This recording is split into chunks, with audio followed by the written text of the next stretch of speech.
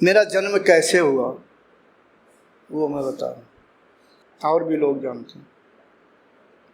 मेरी माता जी भी, यानी गुरु माता, कुछ जानती, मतलब कुछ उसने देखा होगा, वो भी थोड़ा जानती, ज़्यादा नहीं, थोड़ा जानती। क्या आनंद कुमार, कोई ज़रूरी कारण है, कुछ विशेष कारण से तुम्हारा कुछ थोड़ा कर्म शेष रह गया, इसलिए तुम्हें आना पड़ा। शुरुआत में पहली बार जब मेरज मिले थे, हाँ, तो मैं इससे पहले जब मेरा जन्म नहीं हुआ, क्या कहना चाहिए, पिछला, मैं समाधि लगाए हुए बैठा था, तो माता प्रकृति यानी प्रकृति देवी ने मेरी समाधि भंग कर दी। यानी मैंने आँख खोली और सामने देखा प्रकृति देवी खड़ी हुई मेरी ओर देख रही है। मैंने कहा, माते आदेश, आज्ञा। तो बोली, पुत्र तुम्हारे जन्म का समय हो गया है, जाओ अपना जन्म ग्रहण करो। मैंने कहा, माते अभी भूलोक से आया हूँ, कितने समय हुआ, जबकि कई साल बीत गए थे। मैंने कहा, माते अभी भूलोक से आया हूँ, इतनी जल्दी मेरा समय हो गया, मेरा समय तो बहुत बाद होना चाहिए। कि नहीं, तुम्हें योग का फल मिलने वाला है। ये शब्द था, योग का फल, महत्वपूर्ण शब्द है, फल मिलने वाला है। मैंने एक बार ऐसे दिमाग, अच्छा माता, और हाँ, तुम्हारे लिए व्यवस्था कर दी गई है कि तुम्हें जन्म कहाँ ग्रहण करना है। पहले तुम अपना देख लो कि तुम्हें जन्म यहाँ लेना है। अगर मेरी व्यवस्था पसंद है या कुछ तब्दील करना, बदलना चाहते हो तो हमें बताओ। हमने कहा, जी माते, देखूंगा। मैंने सारा भविष्य वहीं से देखा जो वर्तमान मेरा जीवन जी रहा। मैंने कहा, माते, ये पिताश्री कि बेटा, इनके द्वारा तुम्हारा कर्म का नाश हो जाएगा, तुम्हारे कर्म का नाश होना अत्यंत आवश्यक है।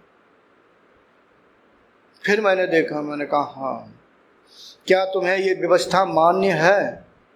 मैंने कहा, जी माते, बिल्कुल मान्य है। फिर ठीक है, तैयार हो जाओ, तुम्हारा जन्म ग्रहण करने का समय आ गया।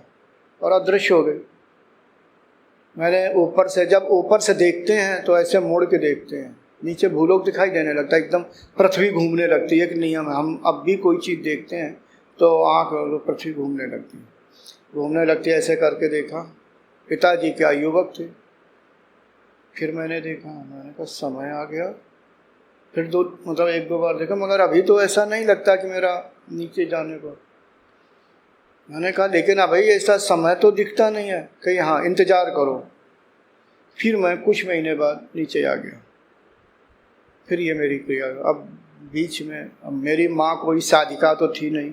वैसे नियम ये होता है कि जब कोई जीवात्मा आती है तो माँ के सूक्ष्म शरीर से आज्ञा देती है कि माते, मैं आपके गर्भ से जन्म ग्रहण करना चाहता हूँ, क्या आप मुझे आज्ञा देती है? ये सभी के साथ होता है। तो उसका सूक्ष्म शरीर देता है कि हाँ। लेकिन वर्तमान में साधिका, मतलब स्त्री साधिका ना होने के कारण वो ये चीज़ नहीं जान पाती है। और ऐसे ही एक साधिका मुझे पता है पूना की है, उसके साथ यही हुआ। मैंने ऐसा नहीं, प्रैक्टिकल भी किया कई लोगों पे, सही निकला कि हाँ, सही यही बात होती है। तब मैं नीचे, और बकाया तो यहाँ एक दो साधक हैं, जानते हैं कि जन्म के बाद जैसे मेरा जन्म हुआ, ये मैंने शायद 91 या 92 में मैंने मीरज में दिव्य दृष्टि के द्वारा देखा कि मेरा जन्म कैसे हुआ। बार बार मुझे कोई क्रिया हो रही थी, मुझे कुछ दिखाई दे रहा था, वो मैं यहाँ पर स्पष्ट नहीं कह रहा हूँ। उसका थोड़ा अंश मैंने दूसरी किताब में लिखा हुआ है कि मैं जब गर्भ में था तब मुझे कैसी अनुभूति होती थी, वो बताया जाता है। ये प्रकृति देवी की ओर से होता है।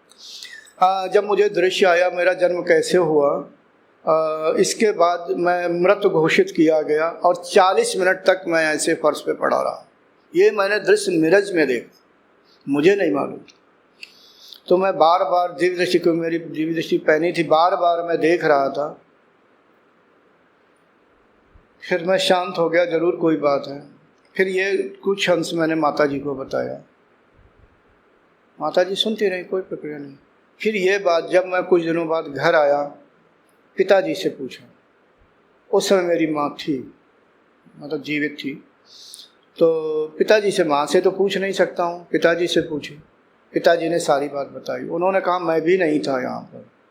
फिर मेरी माँ ने बताया कि यहाँ तो मृत घोषित किए गए।